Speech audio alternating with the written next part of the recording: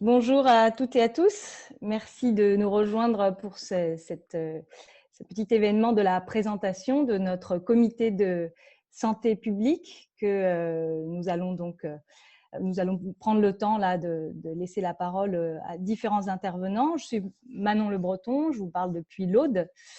Et donc voilà, nous allons prendre le temps d'explorer un petit peu qui nous sommes, ce comité de santé publique, et puis évidemment quels sont nos objectifs.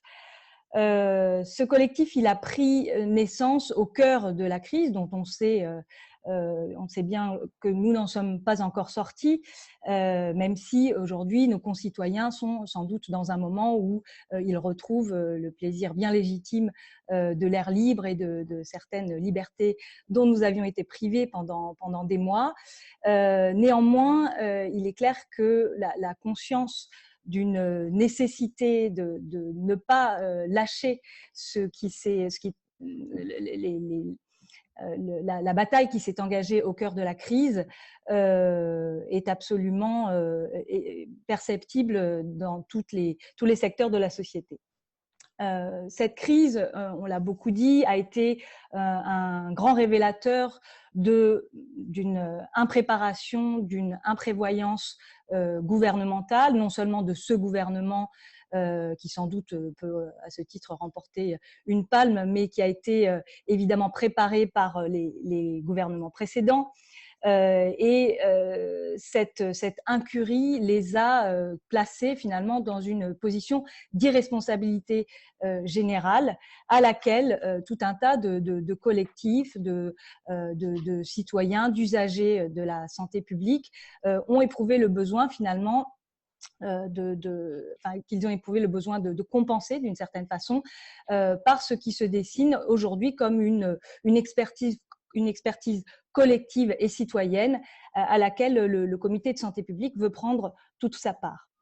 Et donc, nous allons faire tout notre possible avec ce comité pour ne pas laisser entre les mains de ces incompétents l'avenir de notre pays, de faire en sorte que ces chantres du néolibéralisme, avec les erreurs massives auxquelles nous avons assisté et dont ils sont les auteurs et les responsables, nous allons faire en sorte que tout cela puisse ne pas se reproduire en mettant autour de la table tout un tas d'acteurs qui vont pouvoir contribuer à cette noble tâche. Voilà, donc nous sommes aujourd'hui assez nombreux à être au rendez-vous de cette conférence de presse, qui est d'ailleurs retransmise en direct sur un live Facebook. Nous allons donc donner d'abord, je vais commencer par laisser parler l'un de ceux qui qui fait partie des initiateurs de la démarche, François Guedj, qui va pouvoir vous présenter un petit peu comment ce comité a pris naissance. Bonjour à toutes et tous. François Guedj, moi je suis parisien et je vais vous dire un petit mot sur l'origine de ce projet. Comme vient de l'évoquer Manon, l'initiative qu'on vous présente aujourd'hui échappe pas au contexte qu'il a vu naître. On peut le dire de manière assez brutale, nous en sommes là, c'est-à-dire à un niveau d'effondrement de l'État dans un pays riche et pourtant incapable d'assurer la protection de ses concitoyens, qu'il a donc contraint à une solution d'un autre temps, le confinement généralisé. Nous étions partie prenante des applaudissements du 20h, pour certains d'entre nous, d'autres acteurs au front, comme cela a été évoqué dans la communication gouvernementale, d'autres premiers de corvée qui continuent à travailler pendant la pandémie. Certains d'entre nous se sont engagés dans des actions de solidarité concrètes, d'autres ont participé à des réflexions et des analyses sur les premières pistes pour penser le monde après. Mais nous nous sommes retrouvés toutes et tous autour d'une double urgence sur la nécessité de reprendre maintenant, collectivement, en main les questions de santé qu'on avait laissées finalement à des gestionnaires irresponsables. Cette exigence de démocratie est au cœur de la démarche qui est la nôtre. Une exigence de justice aussi, de mobilisation commune des personnels soignants et des citoyennes et des citoyens, qu'on a en partage avec d'autres appels, dont nous sommes par ailleurs partie prenante ou co-signataires. Je pense au collectif Bas les masques, je pense au collectif Soignons ensemble, qui a rejoint la démarche du Comité national de santé publique. Nous sommes aussi en phase avec des démarches qui ont précédé cette crise sanitaire, qui ont tenté en vain de la prévenir par des mobilisations citoyennes pour défendre les hôpitaux et maternités de proximité. Les deux collectifs de cette coordination nationale des comités de défense des hôpitaux et maternités de proximité ont rejoint la démarche du comité de santé publique. Donc on est dans une famille d'initiatives. Il y en a eu profusion pendant cette période. On est dans ce contexte d'effervescence et de fécondité. Toutefois, on entend proposer un chemin euh, en articulant réflexion et action et en essayant de faire en sorte de créer un lieu où tous les acteurs et toutes les actrices des questions de santé puissent se retrouver pour penser ensemble et agir ensemble et construire une contre-information. Pourquoi une contre-information est importante? Parce qu'au fond, on n'a pas seulement été confronté à l'incurie gouvernementale qui a nécessité une réponse à l'urgence, on a subi aussi cette gestion calamiteuse. Et enfin, on a vu ce discrédit du pouvoir, d'un pouvoir instrumentalisant une science médicale, pardon pour la terminologie imparfaite, qui a elle-même été entraînée dans ce discrédit, sans doute traversée aussi, on a pu le découvrir au grand jour, qu'elle était par des conflits d'intérêts dont on n'avait pas peut-être pris assez la mesure. Trop de mensonges, trop de discours contradictoires, à mesure que la tension montait dans les hôpitaux. Les masques, un scandale. Les tests, un autre scandale. Les polémiques sur l'hydrochloroquine, jusque très récemment, avec remise en question même d'une revue aussi prestigieuse que le Lancet, la course folle au déconfinement avec des prises de décision politiques en contradiction avec les avis du conseil scientifique pourtant nommé par ces mêmes instances, etc., etc., etc. La liste est longue. Nous sommes arrivés à un point de confusion, peut-être une confusion organisée, qui n'a toutefois pas masqué l'incurie et qui, plus grave, a détruit la confiance. La confiance jusqu'y compris dans les instances et institutions créées pendant la crise pour restaurer cette confiance. En gros, le thermomètre est cassé. Les avis du conseil scientifique, après avoir été contredits par le pouvoir, sont devenus inaudibles. Le dernier est pourtant important sur les conditions du déconfinement, mais est passé sous les radars même médiatiques. Les institutions sanitaires continuent de produire de l'information utile qui nous serviront de point d'appui, mais elles ne répondent plus à l'exigence d'une information inscrite dans une dynamique de mobilisation et dans une dynamique d'agrégation de l'ensemble des acteurs, professionnels de santé, experts, chercheurs, scientifiques, mais aussi usagers, patients, collectifs de lutte, organisations syndicales et politiques qui, à terme, seront amenés à avoir à légiférer pour construire le meilleur des mondes d'après possible, qui va se discuter ici et maintenant. Voilà un peu ce qui est à l'origine de ce comité de santé publique. Alors, comment répondre à cette ambition de reconstruire un cadre collectif? Eh bien, en procédant par agrégation.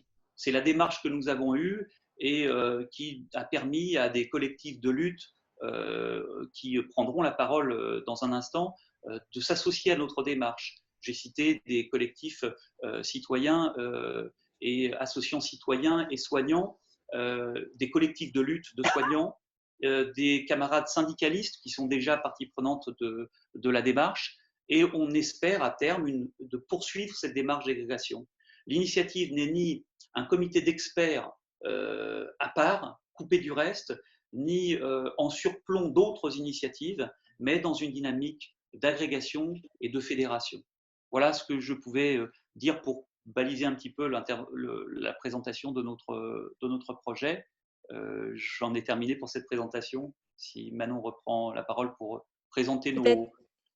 peut-être que tu peux parler rapidement des signataires qui ont rejoint l'appel, en citer Alors, quelques-uns oui, qui font… on vous communiquera au terme de la conférence de presse la liste de plus de 120 premiers signataires.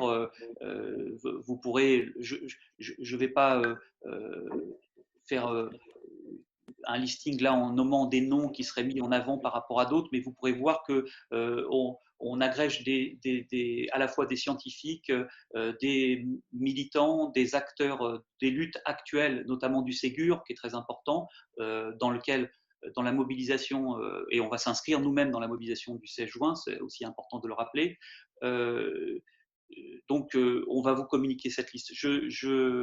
Réseau éducation populaire, réseau salariat, chercheurs, pardon, je ne veux pas me mettre à citer un nom pour en mettre un autre de côté, hein, mais on vous communique ça dès la fin de la conférence de presse. Bien, donc on va en fait donner d'abord tout de suite la parole à deux des représentants de ceux qui ont participé, ceux qui participent activement au comité de santé publique et en particulier au groupe de travail qui va se mettre en action très vite. On va commencer par, donc là on parle on donne la parole à des gens qui sont vraiment ces premiers de corvée dont on a beaucoup fait les louanges au cœur de cette crise, qu'on a beaucoup applaudi. Mais une fois que les choses sont en train maintenant qu'on est en train de passer à ce déconfinement, eh bien, il est important qu'ils gardent la parole et pas seulement dans le cadre de ce Ségur qui a toutes les allures d'une espèce de nouveau grand débat qui va surtout servir à noyer le poisson. Commençons donc par Diane Adam, qui va à son tour présenter un petit peu la démarche en tant qu'ergonome, consultante en santé, sécurité, conditions de travail et membre de la CGT. Diane, je te laisse prendre la parole. Oui, alors alors moi je suis pas premier de corvée. Par contre, j'ai travaillé sur des plans de prévention de premier de corvée dans le contexte de l'épidémie, notamment des plans de reprise d'activité.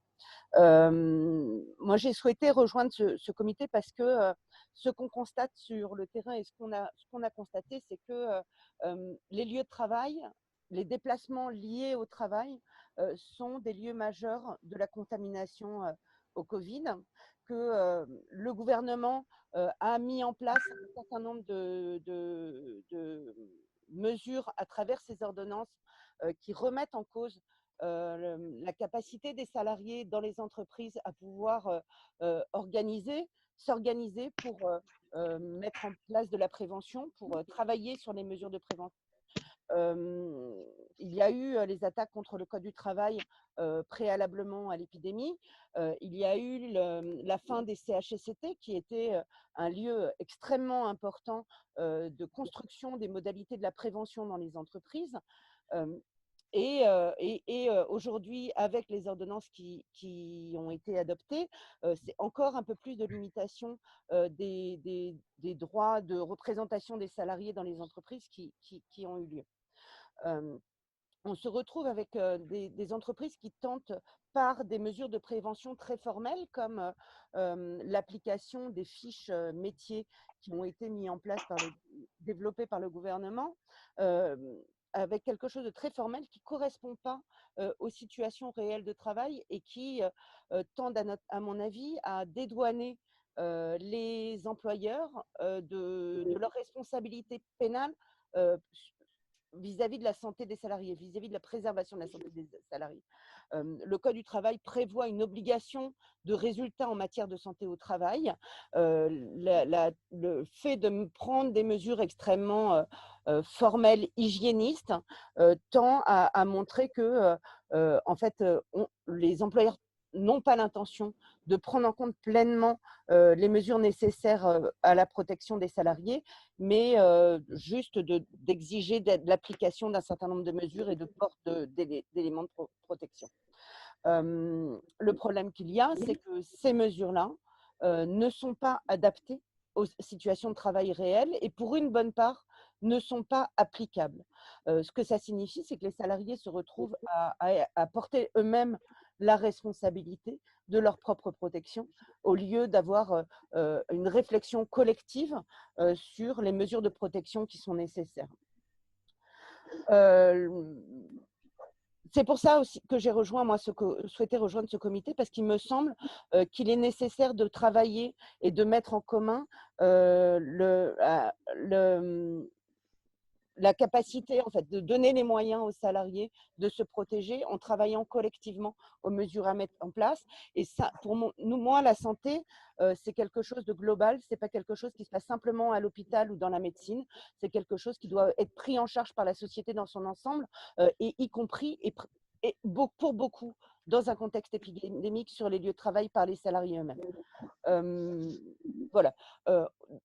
En gros, la démarche me semble intéressante parce qu'elle permet d'allier des points de vue sur la santé qui sont très différents, qui viennent aussi bien des professionnels de santé, de la société civile, des syndicalistes, et qui permet de mettre en commun des données qui sont nécessaires sur le terrain après pour mettre en place des mesures de prévention qui soient efficaces et qui permettent de résister justement à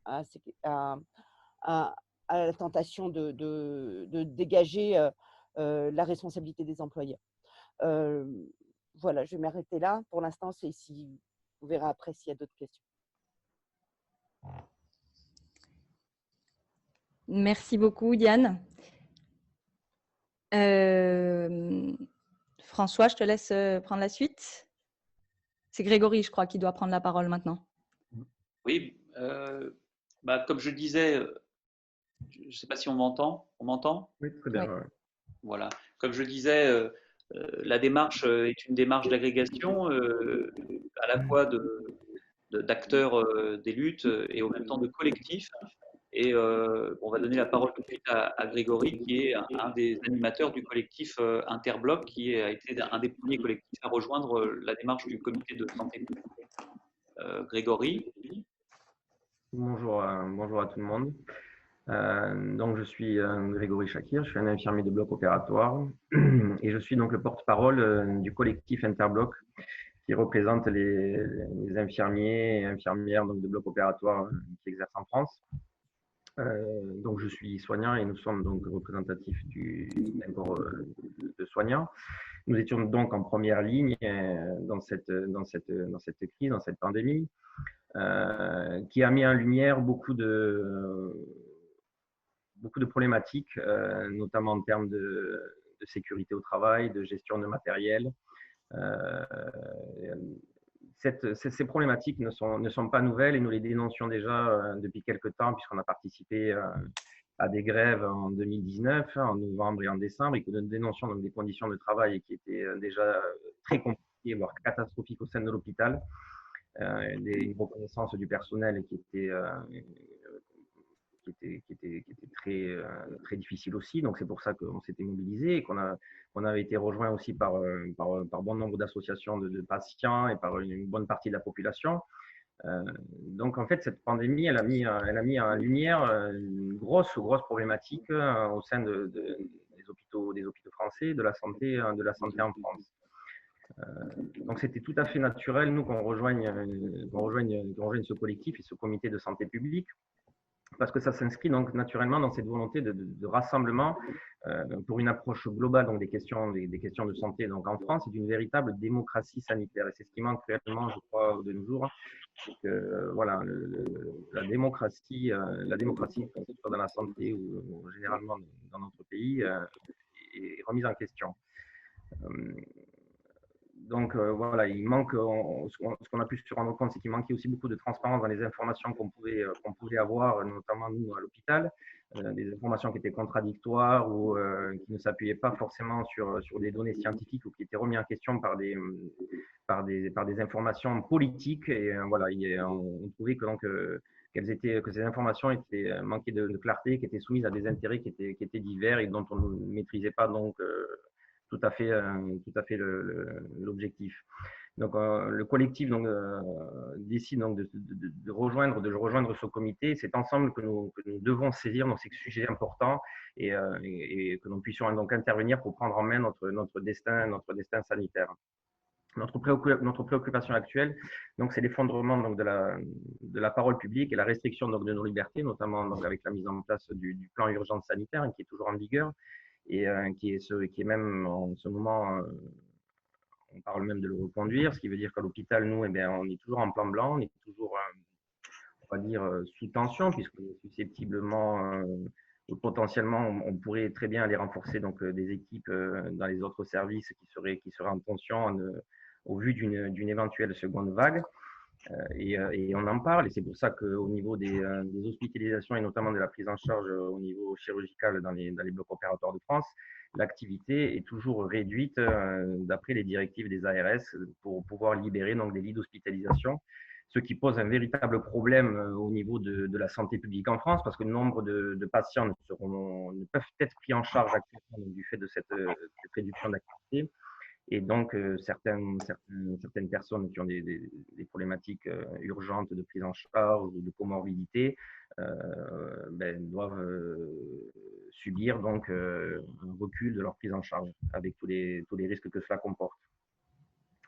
Ce qui fait qu'on a rejoint aussi ce collectif, c'est que nous, soignants, on assure un service à la population, un service de santé à la population, et qu'il est important donc de rejoindre cette initiative qui est avant tout citoyenne et démocratique. La crise sanitaire que nous traversons et qui n'est pas terminée, parce qu'on peut penser qu'on a passé cette crise et cette vague. Elle est toujours là. Il y a toujours des hospitalisations de personnes qui sont atteintes du virus. Le virus circule toujours. Simplement, on en fait moins la publicité, ou on en parle beaucoup moins. Est-ce que cette crise a mis, je le disais, en lumière, c'est surtout l'incurie du gouvernement à pouvoir protéger sa population et à pouvoir protéger les soignants et les gens qui exercent dans les hôpitaux. On a été confronté à un manque de masques qui était scandaleux, un manque de tests. Les soignants ou les patients n'ont pratiquement jamais été testés. Donc, on n'a aucun chiffre sur le taux de contamination actuel de soignants en France, ou très peu sur certaines régions simplement. Ce qui prouve bien qu'il y a un manque d'information, un manque de communication sur le sujet, et que les pouvoirs publics ne veulent pas que ces chiffres-là soient communiqués. En termes de sécurité, donc, comme je vous ai dit, manque de masques, manque d'équipements de protection individuelle, ce qui a conduit les soignants à être mis en insécurité et en danger immédiat. Et c'est pour ça que nous, en tant que collectif de représentatifs de soignants, notamment au bloc opératoire, nous avons entamé donc des actions en justice. Et je crois que ce comité que nous avons intégré a cette quête aussi de vouloir comprendre les choses et de vouloir chercher à rendre justice, et que certains des décideurs qui sont potentiellement coupables rendent des comptes à la société. Donc voilà, les informations, comme je vous l'ai dit, ont été très contradictoires, ce qui montre qu'il y a véritablement une volonté de dissimuler la vérité, ce qui a créé un véritable climat anxiogène sur le plan national, mais aussi sur le plan, bien sûr, des professionnels qui exercent dans différents secteurs d'activité, et notamment dans la santé. Donc c'est pour ça que nous aussi, on avait un certain intérêt à vouloir partager nos expériences et ce qu'on avait pu vivre sur le terrain avec d'autres corps de métier, avec tous les citoyens, puisque là, comme je le répète encore, la santé est vraiment un bien commun, et il est important de pouvoir partager cela pour que ce qui s'est passé durant la période de crise Covid, et même ce qui s'est passé avant, parce que comme je l'ai dit, c'est pas quelque chose qui date de maintenant, c'est une problématique de santé qui est déjà bien antérieure, puisque les conditions de travail ne font que se dégrader, et que nous puissions partager ça et faire que le monde d'après ne soit jamais comme le monde d'avant, mais surtout en mieux et pas en pire. Et ce qu'on peut se rendre compte, c'est, je pense qu'on pourra en discuter avec le plan Ségur qui s'est entamé la semaine dernière, c'est que finalement, les choses ne sont pas prêtes d'évoluer, et que ce n'est pas dans les intentions du gouvernement à vouloir prendre en compte les considérations et les demandes des soignants et de la population, mais voilà, de continuer à instaurer sa route, sa feuille de route et de vouloir continuer à casser en fait ce système de santé et à faire en sorte que les choses ne s'améliorent pas. Donc voilà ce que j'avais à dire en tant que porte-parole du collectif pour cette présentation. Merci beaucoup, Grégory. Et effectivement, il faut rappeler que l'actualité, c'est d'une part dans l'agenda gouvernemental ce Ségur de la santé qui fait déjà beaucoup parler de lui et qui est l'objet de nombreuses critiques de la part des personnels soignants en particulier. Mais c'est aussi une mobilisation qui a pu en surprendre certains d'ailleurs dans différents secteurs. Ça ne touche pas seulement le secteur de la santé, hein, la colère gronde de tout un tas de façons, mais ce qu'on peut dire, c'est que dans la santé, et en particulier ceux qui ont été applaudis pendant toute la crise, sont aujourd'hui pour beaucoup très en colère. Ils le font savoir et on voit bien comment les médias d'une part, le gouvernement de l'autre, a tout intérêt à minimiser cette colère et cette mobilisation.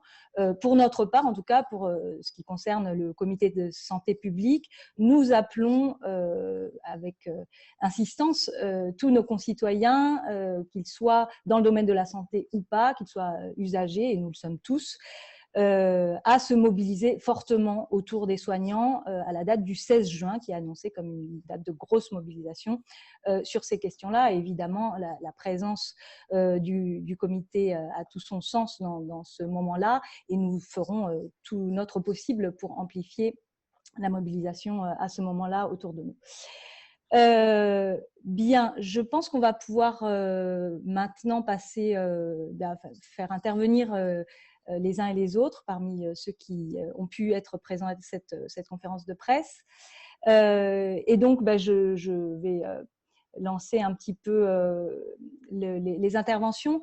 Je voudrais qu'on commence par revenir sur ce discrédit très, très profond dans lequel se trouvait déjà en bonne partie la parole politique avant l'émergence de cette crise sanitaire, mais on voit bien comment cette crise aura lourdement aggravé le discrédit de la parole politique publique, mais aussi maintenant, d'une certaine façon, la parole scientifique est elle-même touchée par ce discrédit de la part de beaucoup de nos concitoyens, et pour cause.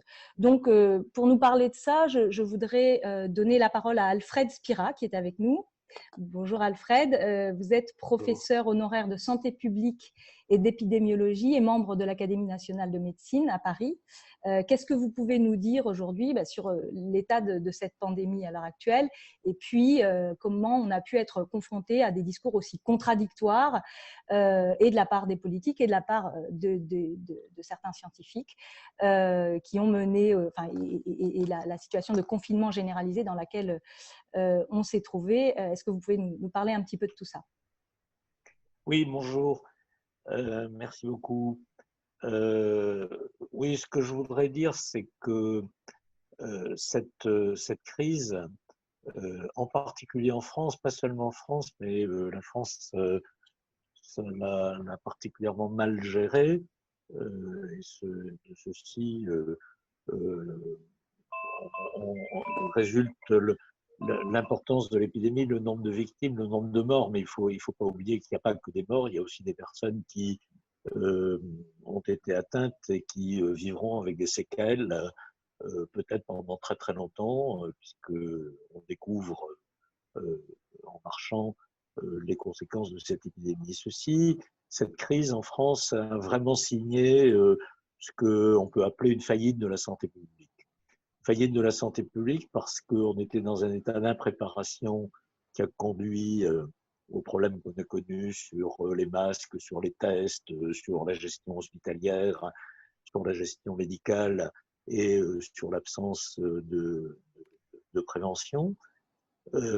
Faillite de la santé publique qui a conduit à cette gestion absolument calamiteuse, mais faillite de la santé publique qui s'est traduite aussi par des mesures qui ont rapidement conduit à une restriction des libertés collectives, des libertés individuelles, le confinement, l'interdiction de rassemblement qui nous a été imposée par les faits, les interdictions multiples et un état d'urgence sanitaire qui a d'abord été voté pour 2 mois, puis qui a été renouvelé, dont on ne sait pas pour le moment jusqu'à quand il va perdurer. Cette situation a grandement accentué des préoccupations de santé publique qui préexistaient dans notre pays, en particulier celle des inégalités sociales face à la santé, qui sont majeures. On savait avant cette épidémie déjà que la différence d'espérance de vie entre les plus pauvres et les plus riches dans notre pays est de 13 ans pour les hommes, ce qui nous place extrêmement mal parmi les pays développés, les pays de l'OCDE.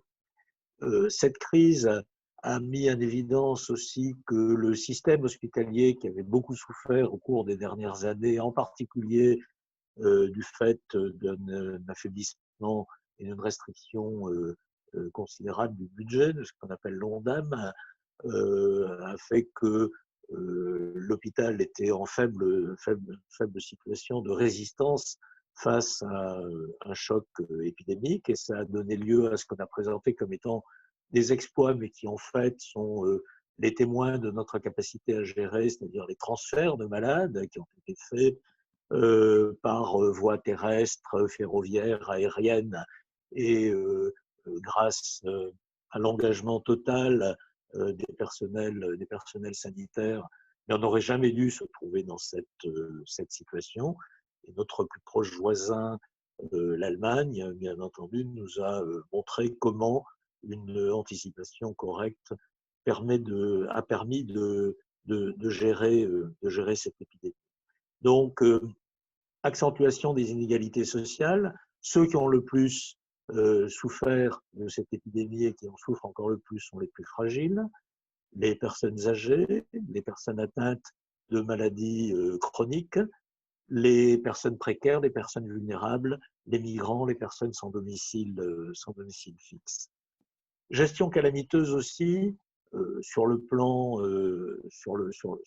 médical, puisque la recherche avait été complètement sacrifiée. Par exemple, en France, il ne persistait avant la crise qu'un laboratoire de recherche fondamentale sur les coronavirus, et ça a ouvert la porte aux polémiques auxquelles on a assisté, avec la place absolument incroyable qu'a prise Didier Raoult dans ce débat, et en transformant un débat qui aurait dû rester dans le domaine médical et scientifique en débat extrêmement politisé, mais au mauvais sens du terme, puisque les questions qui étaient débattues étaient d'abord des questions médicales et scientifiques pour lesquelles on aurait dû avoir anticipé et pour lesquelles on n'a pas anticipé. La gestion de cette crise aussi a mis complètement en exergue l'évolution de notre système de santé, qui a été complètement centré sur l'hôpital. Et on voit là maintenant les conséquences de cet hospitalocentrisme complètement effréné. L'hôpital n'était plus en mesure de répondre et de prendre en charge correctement les conséquences de l'épidémie, alors qu'il aurait fallu bien longtemps à l'avance favoriser le développement de la recherche, favoriser le développement de la prévention. Ceci n'a pas été fait. La recherche a été sacrifiée. La recherche pas seulement sur les coronavirus, la recherche aussi en épidémiologie, la recherche en sciences sociales et sciences humaines et sociales de la santé qui n'a pas été suffisamment développée. La prévention a été également sacrifiée. Le budget de la prévention dans notre pays se situe, selon les estimations, à 2 à 5% du budget de la santé, alors que chez nos voisins, et je peux encore citer l'Allemagne, le budget de la prévention représente 10% du budget de la santé. Donc l'ensemble de ces éléments ont conduit à une gestion absolument calamiteuse. Et la conséquence va en être non seulement médicale et sanitaire, la conséquence va en être, comme nous le savons tous, économique et sociale. Donc, il est largement temps de redresser la barre, c'est-à-dire de mettre en place une politique de santé qui donne sa juste place à la recherche, sa juste place à la prévention, sa juste place à la promotion de la santé, c'est-à-dire la prise en compte des questions sanitaires dans toutes nos politiques publiques et qui permettent à l'hôpital de se redresser par à la fois une revalorisation des statuts des personnels et une allocation budgétaire qui soit à la hauteur des besoins, ce qui n'était pas le cas. Donc, je crois qu'on peut dire qu'après cette faillite de la santé publique, reconstruire notre système de santé, le reconstruire depuis ses fondements, c'est-à-dire la production de connaissances, jusqu'à son fonctionnement, c'est-à-dire avoir la considération nécessaire pour à la fois les professionnels de santé, tous les professionnels de santé, et le système médical, ambulatoire et le système hospitalier. Le chantier est énorme, les investissements doivent être énormes, mais il s'agit bien d'investissement, il ne s'agit pas de dépenses, il ne s'agit pas de creuser le trou de la Sécu, mais il s'agit d'investir à bon escient pour notre bien-être, et notre bien-être a été largement menacé pendant cette épidémie. Merci beaucoup, Alfred Spira. Donc, on parle effectivement du manque d'anticipation de la part des pouvoirs publics. On a beaucoup dit, on a beaucoup commenté ce manque d'anticipation. Je voudrais maintenant qu'on donne la parole à Frédéric Pierru, qui est avec nous, qui est sociologue au CNRS et spécialisé dans les questions de santé publique. Frédéric, qu'est-ce que vous auriez à dire sur la nature de cette crise, et les causes en tout cas, est-ce qu'on est vraiment sur un problème d'incompétence de la part des gouvernants, ou est-ce qu'il faut aller plus loin? Et puis, est-ce que finalement, on leur reproche beaucoup de ne pas avoir anticipé, mais est-ce qu'ils avaient les moyens réellement d'anticiper ce qui s'est passé, puisqu'après tout, le caractère exceptionnel de cette crise sanitaire n'est pas à démontrer. Donc voilà, qu'est-ce qui leur aurait permis de mieux manœuvrer, et puis éventuellement, quelles sont les pistes, selon vous, à explorer pour élargir les acteurs et ne pas retomber dans ce genre de situation dramatique. À toi, Frédéric, à vous, pardon. Merci Manon. Alors, je pense que Alfred Spira a dit l'essentiel en fait, hein. Donc je suis un peu pris de court, mais d'abord je tiens à remercier Alfred Spira quand même, qui est un immense épidémiologiste, de nous avoir rejoints, hein. On n'est pas membre de l'Académie de médecine pour rien, donc voilà, c'est une figure importante de l'épidémiologie, et le constat qu'il vient de faire, me semble-t-il, a une portée très grande. Voilà, ce constat en forme de réquisitoire, hein, d'une faillite de la santé publique. D'ailleurs, au passage, on renoue un peu, la santé publique française est tout le temps en faillite, hein, parce qu'au moment de l'épidémie de sida, finalement, on avait déjà mis en évidence la faillite de la santé publique en France. Je me souviens d'un ouvrage retentissant d'Aquilino Morel sur le sujet, alors qu'il était inspecteur général des affaires sociales. Donc la santé publique n'en finit pas d'être en crise en France. Bon. Alors, de quoi cette crise ou cette pandémie est le nom, moi, je dirais, alors on peut dire faillite, incurie, etc. Moi, je dirais désarmement de l'État sanitaire, et à titre personnel, je ferais remonter ce désarmement de l'État sanitaire à 2010, en fait. C'est-à-dire après la parenthèse keynésienne qui a suivi la crise financière de 2008. Il faudra en retenir les leçons, ça, parce qu'on pourrait très bien reconnaître la même chose, c'est-à-dire 2 ans de parenthèse keynésienne où on laisse filer les déficits publics et la dépense publique, et puis à la fin des fins, on en arrive à une période de consolidation budgétaire où l'obsession de l'État devient la réduction des dépenses publiques, la réduction des déficits publics et la réduction de la dette publique. ce qui amène forcément à concevoir les problèmes de santé publique, ici ce qui nous intéresse, sous un angle purement court-termiste. Moi, je pense que c'est de ça que cette crise sanitaire est le nom, c'est comment un État qui devient dominé par l'obsession budgétaire, par la réduction des dépenses publiques et des déficits publics, finit par faillir à ses missions de long terme et qui sont au cœur des missions régaliennes, qui est la protection de la santé des populations. Alors, pour argumenter, mais je vais être un peu redondant avec ce qui a été dit, mais effectivement, d'abord, je pense qu'il faut bien distinguer santé publique et soins, parce qu'en France, on a tendance effectivement à considérer que la santé, ce sont les soins. Les seuls soins curatifs, donc tout ce qui relève du système de soins, l'hôpital, la médecine de ville, le médicament, etc. Et c'est évidemment un tort, hein, puisque les épidémiologistes ont montré que 80% des déterminants de l'état de santé d'une population sont des déterminants non médicaux. Donc il faut déjà, ce que nous rappelle cette crise aussi, c'est que la santé publique, ça n'est pas que le seul soin, et que la santé publique, d'abord, c'est la santé populationnelle, c'est la santé collective, la santé des populations, et pas la santé individuelle, même si il faut évidemment concevoir les deux faces de la médaille. Alors, sur l'aspect santé publique, santé populationnelle,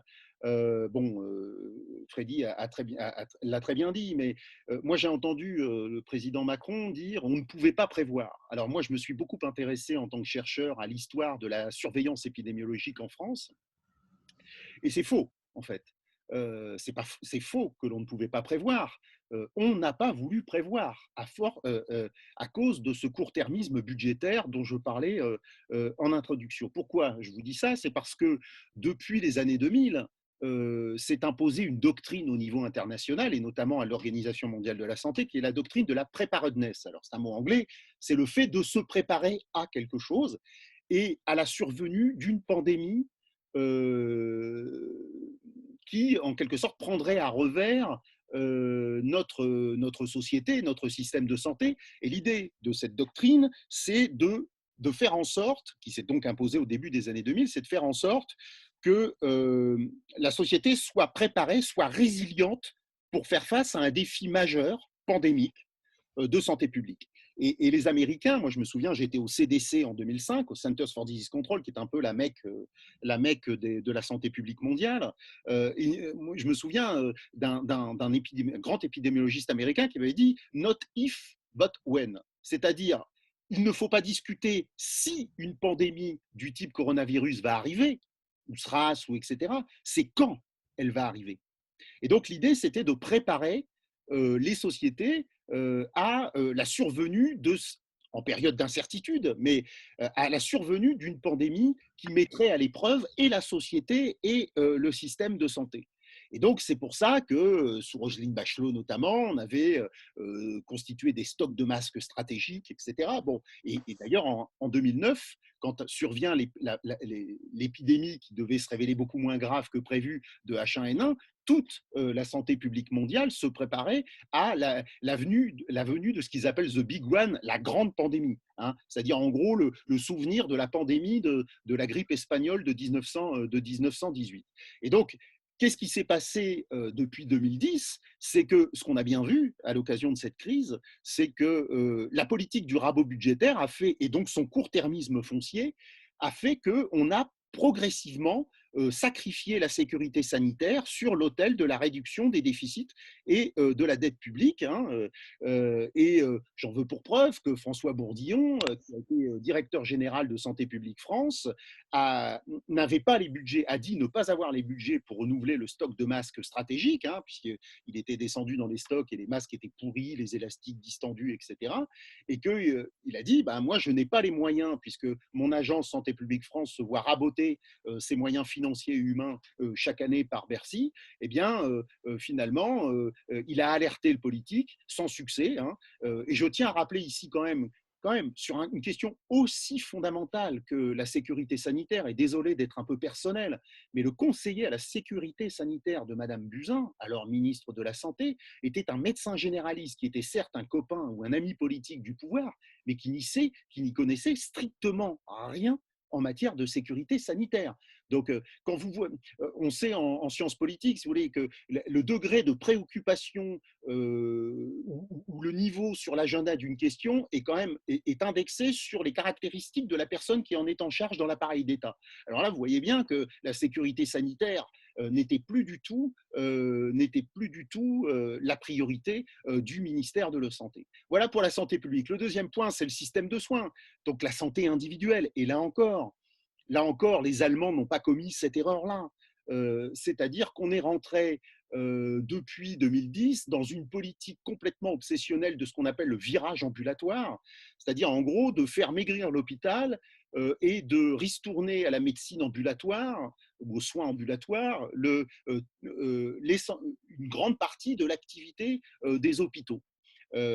Alors même que la médecine de ville n'est absolument pas, nous n'avons pas encore un service public de la santé de proximité. Nous avons une médecine libérale avec toutes ses carences, déserts médicaux, banalisation des dépassements d'honoraires, etc. Et donc, en quelque sorte, on a fait maigrir l'hôpital au profit d'une médecine de ville qui ne pouvait pas supporter ce transfert d'activité, et on a eu le pire des deux mondes, c'est-à-dire une médecine de ville qui ne peut pas faire face et qui n'est pas armée pour faire face à la pandémie de Covid, et je pense notamment aux médecins généralistes qui sont retrouvés en première ligne sans les masques, etc. Et puis, je pense aussi à l'hôpital, c'est-à-dire ce fantasme technocratique d'un hôpital de flux, sans stock, qui gère à flux tendu. Et donc, on avait, par exemple, seulement 5000 lits de réanimation, quand l'Allemagne en avait beaucoup plus. Voilà.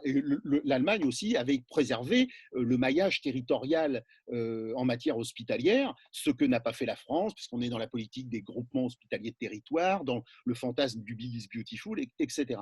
Donc, on a vu que l'hôpital de flux, l'hôpital aéroport dans lequel on atterrit, on redécolle tout de suite, finalement est venu se fracasser sur cette pandémie de Covid. Alors de ces multiples défaillances dont on ne finirait pas de parler et d'analyser, finalement, ce qui est assez grave, et comme le disait Freddy, c'est que la santé publique en France a toujours été le parent pauvre de notre système de santé.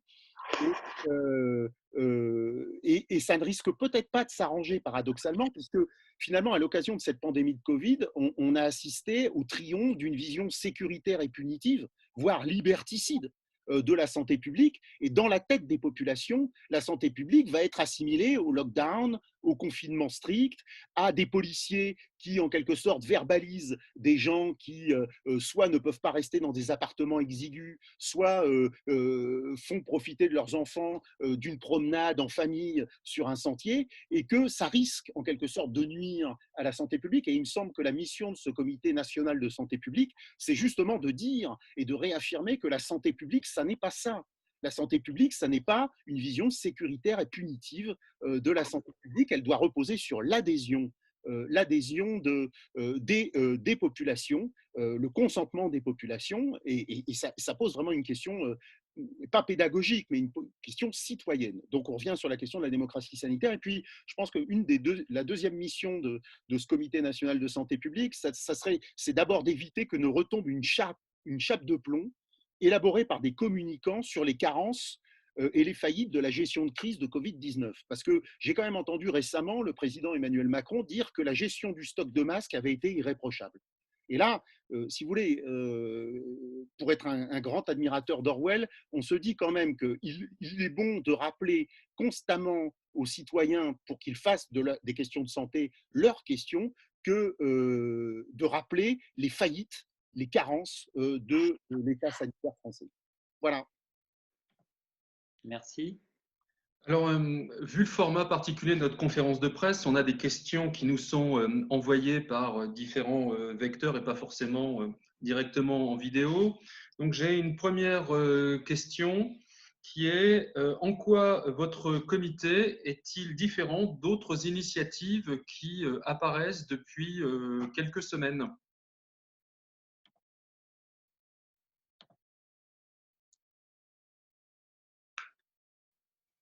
François, Manon, vous attribuez la question ? François, je te laisse, si on répond aux questions maintenant. Oui, on peut intercaler des réponses aux questions maintenant. Sur ce point-là, on peut répondre rapidement. Je veux bien répondre. Ouais. Ouais. Alors, en quoi est-il différent des initiatives? En fait, il n'y a pas d'initiative comparable, pardon. Il y a une multitude d'appels. J'ai insisté sur le fait qu'il y a beaucoup de projections dans le monde d'après, avec une multitude d'appels intéressants, d'initiatives qu'on peut partager, d'ailleurs, qu'on a pu les uns et les autres co-signer, mais qui nous projettent dans le monde d'après, dans une réflexion où l'échéance, c'est une échéance, on va dire, à la prochaine confrontation électorale. Hein. Donc il y a quelque chose qui est de l'ordre du temps à moyen terme, en quelque sorte. Nous, on pense qu'il y a une urgence à agir dès maintenant. À agir dès maintenant dans la construction de la mobilisation aux côtés ensemble soignants, usagers, collectifs. Donc il y a une urgence d'action qui est retrouvée, qui a été évoquée par Manon dans le contexte que nous connaissons actuellement, notamment avec un Ségur qui est très mal engagé. Et puis il y a une urgence à avoir une démarche de substitution, on va le dire comme ça, en fédérant les informations, en construisant une contre-information de substitution à la parole discréditée du pouvoir et du pouvoir sanitaire. Et cette mission-là, elle n'est pas remplie à l'heure actuelle. C'est pour ça qu'on a envie à la fois que ce comité se mette au travail, il va se mettre au travail dès le début de la semaine prochaine, pour produire une contre-information qui sera un éclairage sur les conditions du déconfinement, sur les conditions de l'état sanitaire réel du pays, que ça soit à l'hôpital ou hors hôpital, parce qu'on a beaucoup focalisé l'attention sur l'hôpital. Voilà, un premier élément de réponse. J'insiste sur l'idée aussi de l'agrégation. On a cité le collectif Interbloc, le collectif Interurgence est partie prenante, l'initiative Soignons ensemble également. On est dans une démarche de sollicitation des organisations syndicales comme des organisations associatives et politiques pour leur proposer de construire ensemble un lieu où on s'approprie une délibération sur ce que doit être notre démocratie sanitaire, et non réduite aux seules questions syndicales ou aux seules questions de projection dans le futur. C'est dès maintenant qu'il faut agir, en quelque sorte, agir sur ce double registre. J'espère que ça répond un petit peu à la question qui est posée.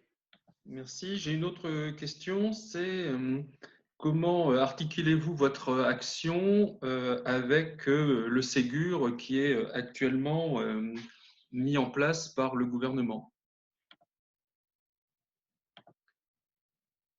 Peut-être, ça serait bien là de donner la parole à Olivier Winou, qui est membre du comité de santé publique et en même temps acteur du Ségur et qui est infirmier anesthésiste, qui a vécu le choc de cette crise et en même temps syndicaliste Sud Santé, qui est partie prenante et du Ségur et des mobilisations, qui pourra nous apporter un éclairage sur ce regard. Olivier, si c'est possible que tu interviennes maintenant. Oui, vous m'entendez? Oui. Oui. Bonjour à tous. Alors, je ne sais pas si je dois répondre directement à la question. On nous propose là de changer et d'élargir notre champ, et on est, nous, à Sud Santé, plutôt favorable à l'élargissement du champ de la question sanitaire. On le voit bien à travers cette crise-là, c'est l'ensemble de la société qui est questionné. C'est le modèle même de développement, de choix de développement du monde qui est interrogé. On adhère à l'idée de partager cette réflexion, mais pas simplement la réflexion, hein, l'action aussi, avec d'autres champs de la société, qu'ils soient associatifs, qu'ils soient politiques, qu'ils soient de cet ordre-ci, de la création d'un comité de santé publique que l'on appelle de nos voeux, effectivement, tant à l'échelle nationale qu'à l'échelle locale, parce qu'on doit remettre au cœur de la problématique la démocratie sanitaire dans l'idée d'un accès égalitaire à tous à cette santé dans l'ensemble de ses dimensions. Et on partage là aussi, et c'est un hospitalier qui vous le dit, effectivement, il faut développer les dimensions de prévention du soin. Ça semble nécessaire et c'est une des leçons effectivement de cette épidémie. On a eu une position un peu particulière à Sud Santé, à la PHP, en fait, quand on était permanent syndicaux, au vu de l'épidémie et des besoins en personnel qu'elle a exigé, on est tous retournés dans nos services d'origine. Et j'ai moi-même repris, après 25 ans de la réanimation, je suis infirmier anesthésiste, je travaille au bloc opératoire, mais dans le contexte, l'activité dite classique de l'hôpital avait été mise en suspens et je suis donc retourné en réa. J'ai pu mesurer là dans le très concret que ce que l'on dénonçait depuis des années, les diagnostics que l'on posait depuis des années au niveau syndical étaient les bons. Et malheureusement, il a fallu cette crise, cette pandémie pour le mettre en exergue, le mettre en vitrine, que ce soit le manque de moyens matériels pour l'hôpital, le manque de moyens humains à l'hôpital, incapacitaire, donc à un nombre de lits qui n'était pas suffisant. Tout ça, ça a été mis en avant et aujourd'hui, je crois que dans la population, plus personne ne peut ignorer la situation dramatique décrite par les intervenants précédents d'une faillite de l'hôpital ou d'un désarmement de l'état sanitaire, comme se proposait de le définir Frédéric Pierru à l'instant. On a cru à un moment donné que l'affaire avait été comprise aussi au plus haut de l'exécutif quand, pour certains de ses discours, à Emmanuel Macron, au cœur de la crise, on aurait pu les signer quand il appelait de ses voeux le retour de l'État-providence, quand il se disait que la santé et son accès à tous, quel que soit son revenu, n'était plus un coût ou une charge, mais devait être envisagé comme un bien précieux. Tout cela nous laissait prévoir, on l'imaginait, hein, pour ceux qui y croyaient, que le monde d'après allait se faire et que c'était une évidence. Assez rapidement, et le Ségur nous a permis de le mesurer, le discours a changé. Le Premier ministre, dans sa prise de parole en introduction de l'ouverture du Ségur, nous l'a reconfirmé.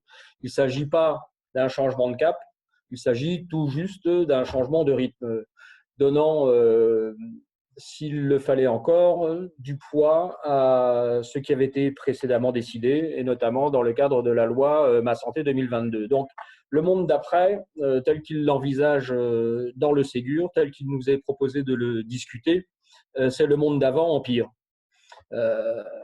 Donc, que ce soit sur le salaire et les carrières, que ce soit sur le financement et l'investissement, donc le financement du système de notre système de santé, que ce soit sur ce qu'ils appellent la simplification du quotidien, donc l'organisation et la gouvernance de l'hôpital, ou que ce soit sur la réflexion en matière de territorialité, il n'y a rien de nouveau dans le Ségur qui n'est qu'un plan de communication.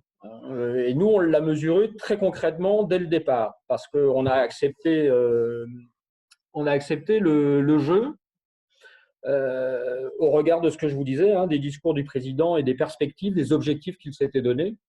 Et on a pu assister à la fois à l'ouverture du Ségur lui-même, au lancement du comité national Ségur et au lancement du groupe de travail sur salaire et carrière.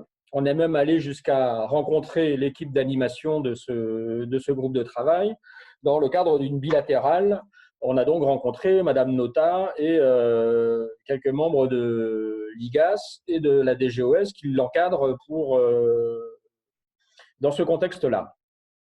Assez rapidement parce que, on n'est pas des perdreaux de l'année non plus et que on avait envie de construire. On avait noté que le seul des 4 piliers avancés dans le Ségur, le salaire et carrière était le seul où il était question de négociation. On lui a demandé ce qu'elle avait à mettre sur la table en matière de négociation. Elle nous a clairement dit qu'elle n'était pas là comme négociatrice, qu'elle était là comme animatrice, que la feuille était blanche, qu'elle n'avait pas de moyens, qu'elle n'avait pas de marge de manœuvre et qu'elle n'était pas là pour négocier.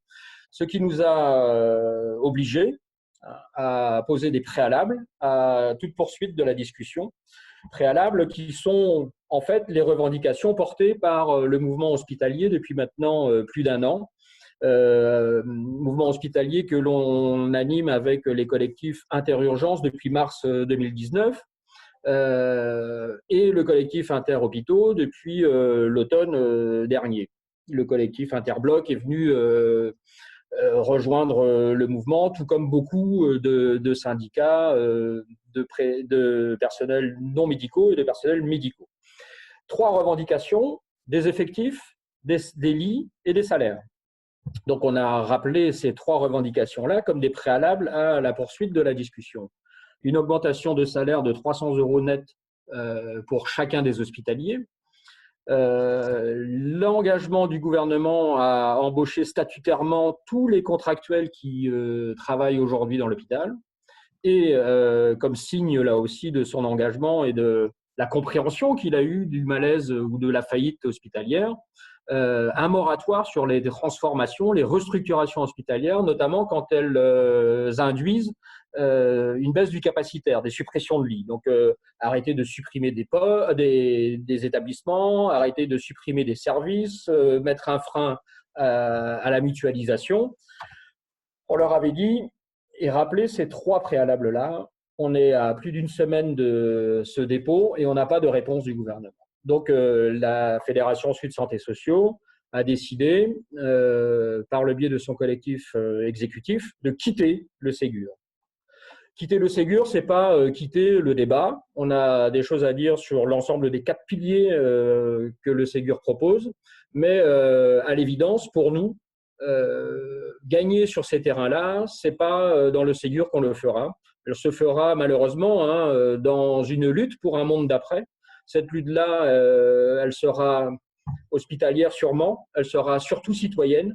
Il faut transformer, à mon sens, la solidarité qui s'est exprimée sur les balcons à 20h pendant la crise en une rébellion citoyenne, une désobéissance au monde d'avant pour aller chercher ce monde d'après et trouver, pour ce qui est de la santé elle-même, une expression de la démocratie sanitaire.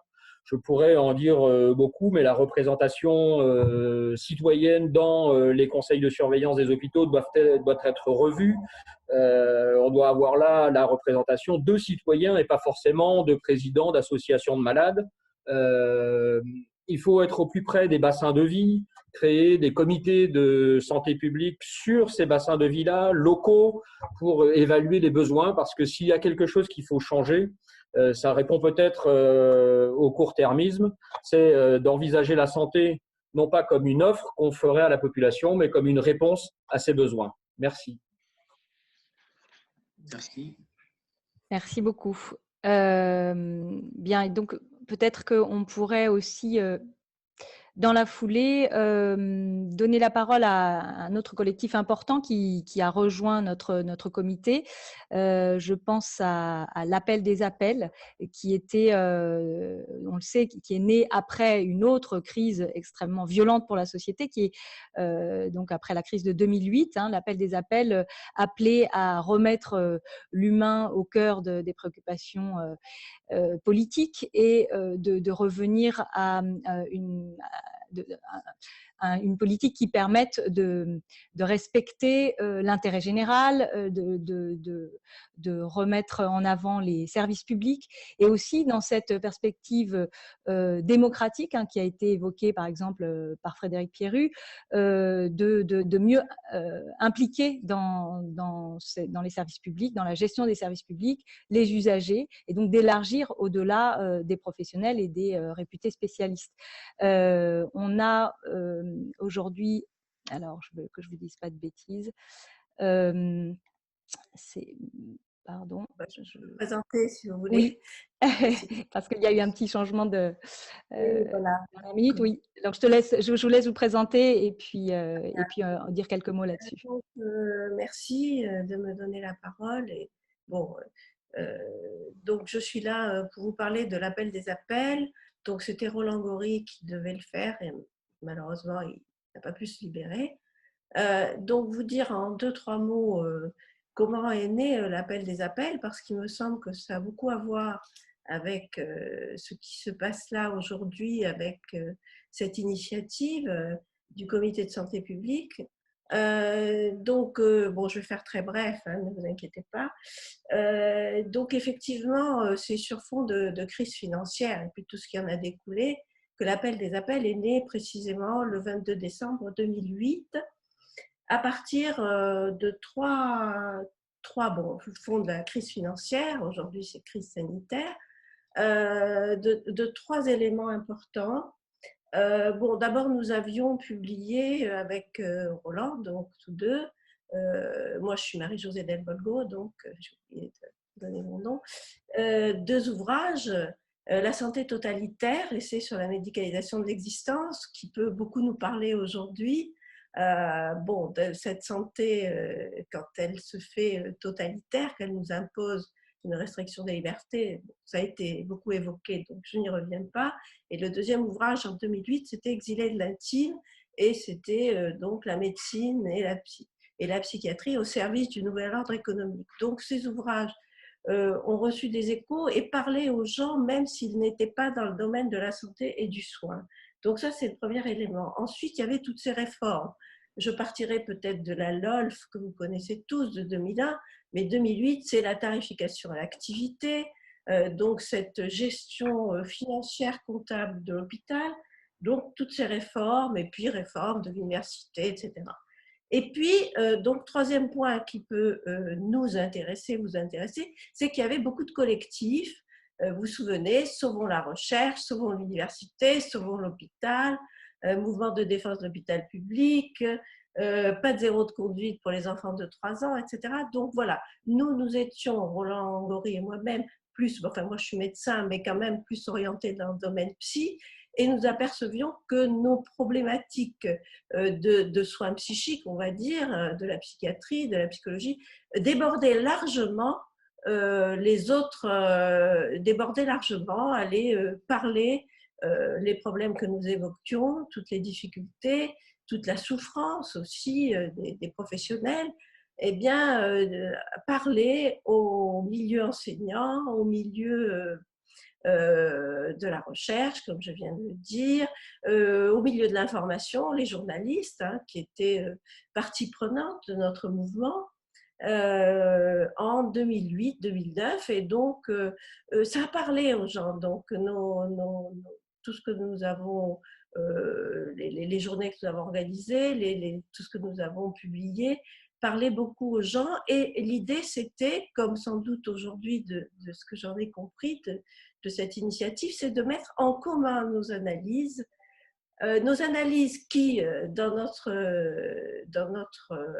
esprit de l'appel des appels, nos analyses ne s'opposent pas aux actions, c'est-à-dire qu'elles vont ensemble. D'ailleurs, le premier ouvrage qu'on a sorti, c'est pour une insurrection des consciences, c'est-à-dire prendre conscience de ce qui nous arrive. Alors nous, peut-être oui, nous en avons conscience, mais au-delà, donc parce que ça fait interprétation. C'est pour ça qu'on a eu beaucoup de signataires. Ça a fait interprétation de la souffrance que les professionnels rencontraient dans leur métier. Et j'en viens donc au point qui peut nous intéresser tous aussi et qui, je crois, vous a intéressé. C'est ce que nous constatons et que nous vérifions, c'est que il y a une prolétarisation des métiers qui, avec une perte de sens, une perte financière, de reconnaissance financière, qui fait que les gens, les professionnels vont mal aussi. Hein, donc, on a toute cette souffrance jusqu'au suicide à l'hôpital. Hein, il faut quand même le dire. Hein, on en a beaucoup parlé et peut-être pas assez. Hein, donc, voilà, donc toutes ces initiatives de mise en commun des analyses et jusqu'aux actions, bien évidemment, hein, mais ça, au niveau syndicaliste, etc., je pense que ça se fait, voilà, c'est pas nouveau. Mais les réflexions, bon, nous avions un peu le préjudice intellectuel, etc., un peu, bon, voilà.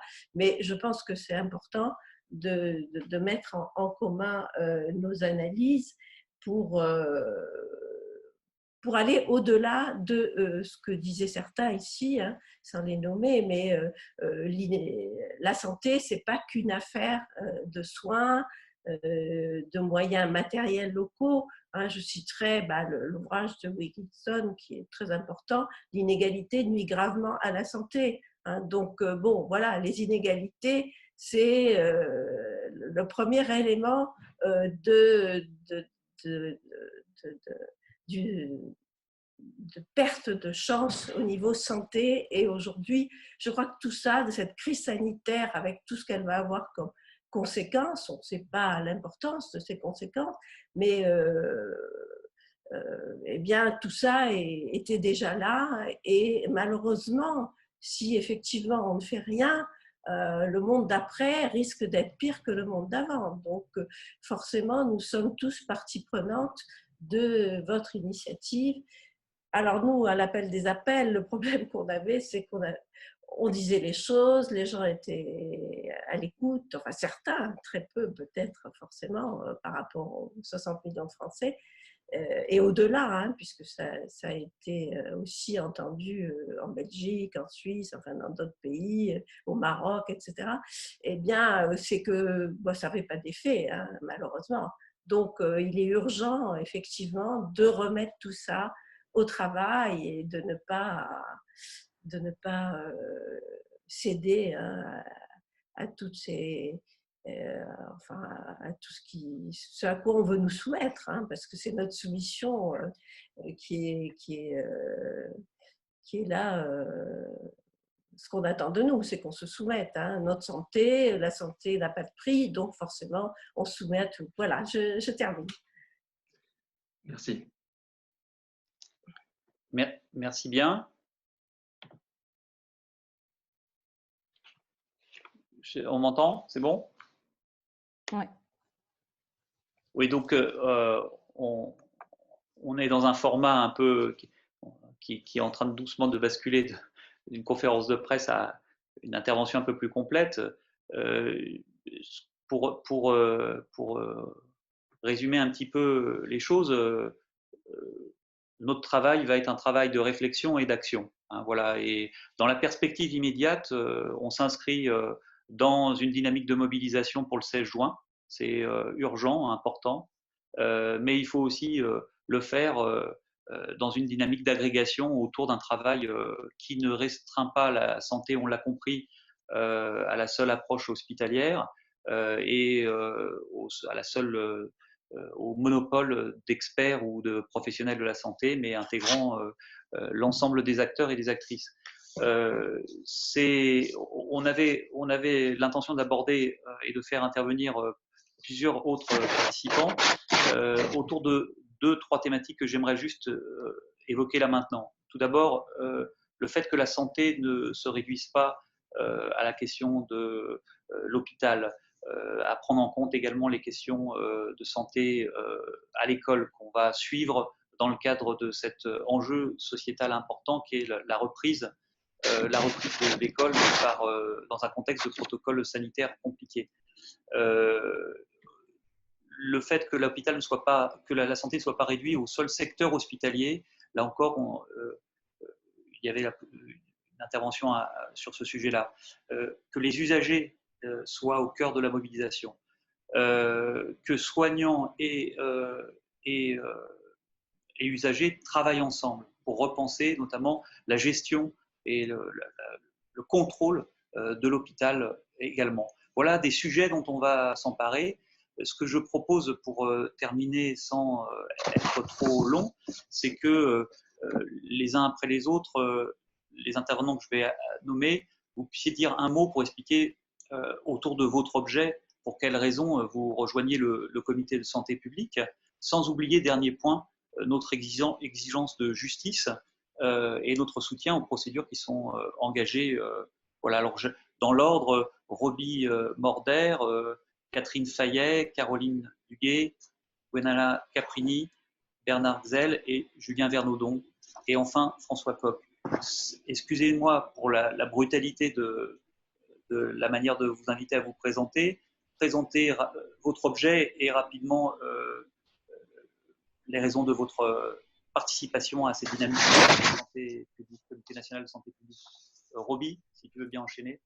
Oui, donc je suis entre autres un juriste du travail, retraité, et je donne des cours encore de droit du travail à des étudiants à l'université. Donc moi, c'est première chose, ma participation depuis le début, c'est aussi autour d'une conception de la santé comme un état complet de bien-être physique, mental et social.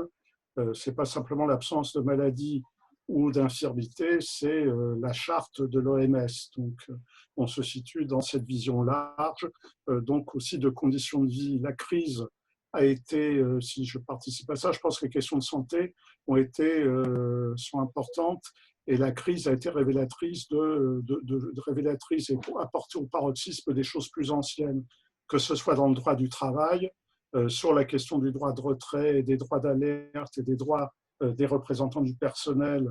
On y reviendra plus tard, je ne détaille pas, mais ils avaient été réduits avant, ils ont été encore plus réduits, alors qu'en réalité, il faut les étendre, y compris le domaine de la responsabilité pénale des employeurs.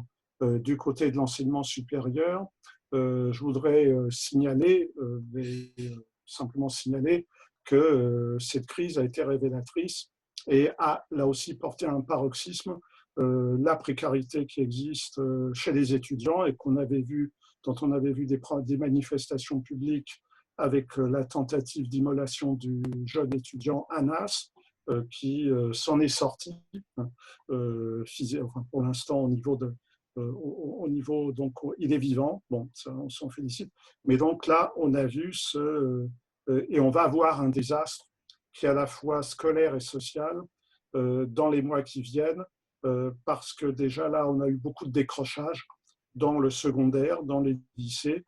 On va voir ce que ça va donner le bac, si effectivement la rentrée se fait avec des économies d'enseignants, d'enseignement et la fermeture des amphis de première année. On va vers pour la cohorte 2020-2021, on va vers un désastre qui est social et donc sanitaire, puisque tout désastre social a des implications sanitaires, physiques ou mentales.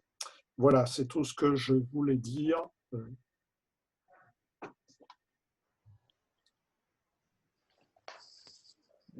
Merci Roby. Catherine, tu peux évoquer ta participation également? Oui, bonjour. Moi, c'est Catherine Fayet. Donc, je suis infirmière et je suis syndicaliste, secrétaire du syndicat Union syndicale solidaire en 91. Donc, je suis partie prenante donc, de ce comité de santé publique, concernée en tant que soignante, mais surtout en tant que syndicaliste.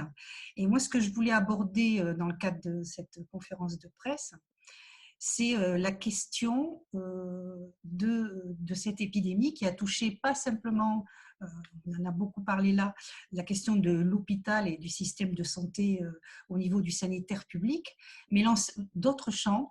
Et en tant que syndicaliste, en particulier dans cette période-là, on a accompagné beaucoup de salariés qui étaient en grande difficulté dans des secteurs, alors les EHPAD, quand même, il faut rappeler que sur les 30 000 décès, il y en a 11 000 dans les EHPAD et qu'on a,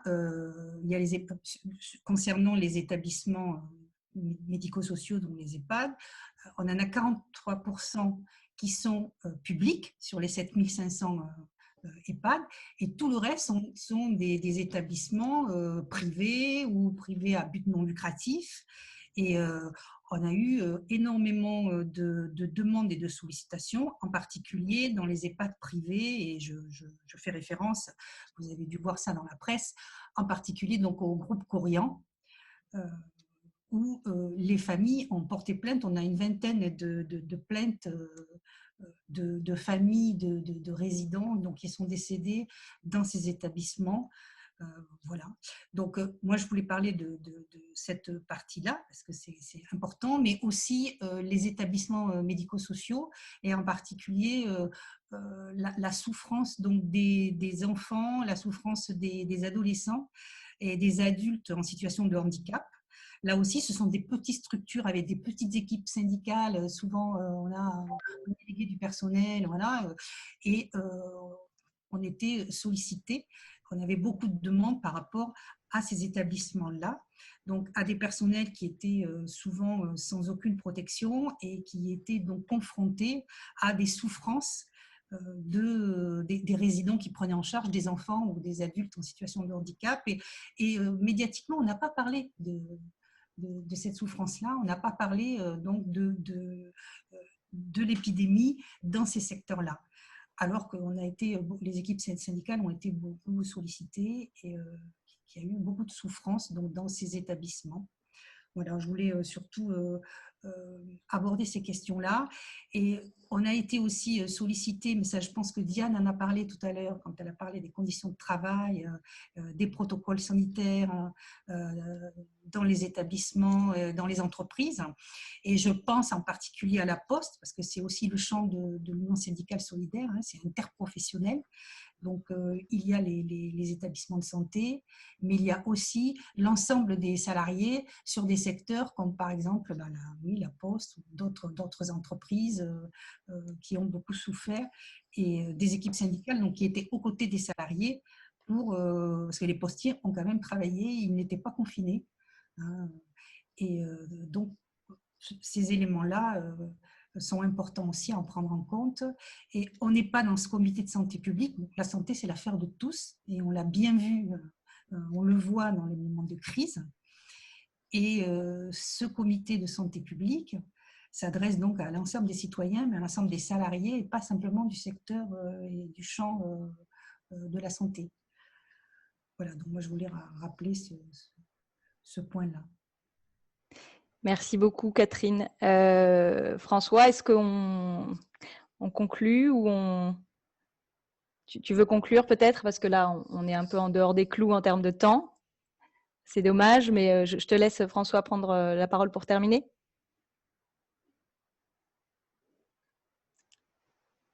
Bon. On a perdu François Gage. Vous m'entendez là? Ah Vous oui. m'entendez? À toi, vas-y. Oui, je m'excuse auprès de ceux qui n'ont pas pu intervenir. Celles et ceux qui n'ont pas pu intervenir, on va enregistrer de toute façon les raisons de nos participations aux uns et aux autres qu'on mettra sur la page du Comité national de santé publique.